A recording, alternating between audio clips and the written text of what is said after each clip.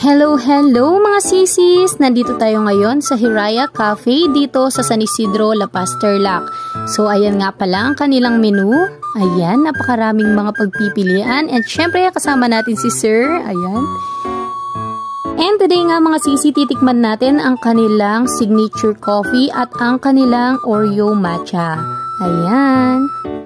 Siyempre nga guys, dahil coffee lover si Sir, ayan ang sa kanya ang Hiraya Signature Coffee at sa akin naman ay ang kanilang Oreo Matcha. Ayan, dahil tayo ay nagpa-palpitate sa kape. And siyempre hindi pwedeng mawala ang kanilang appetizer na chicken popcorn and fries combo. Ayan, may kasama pa siyang mayonnaise.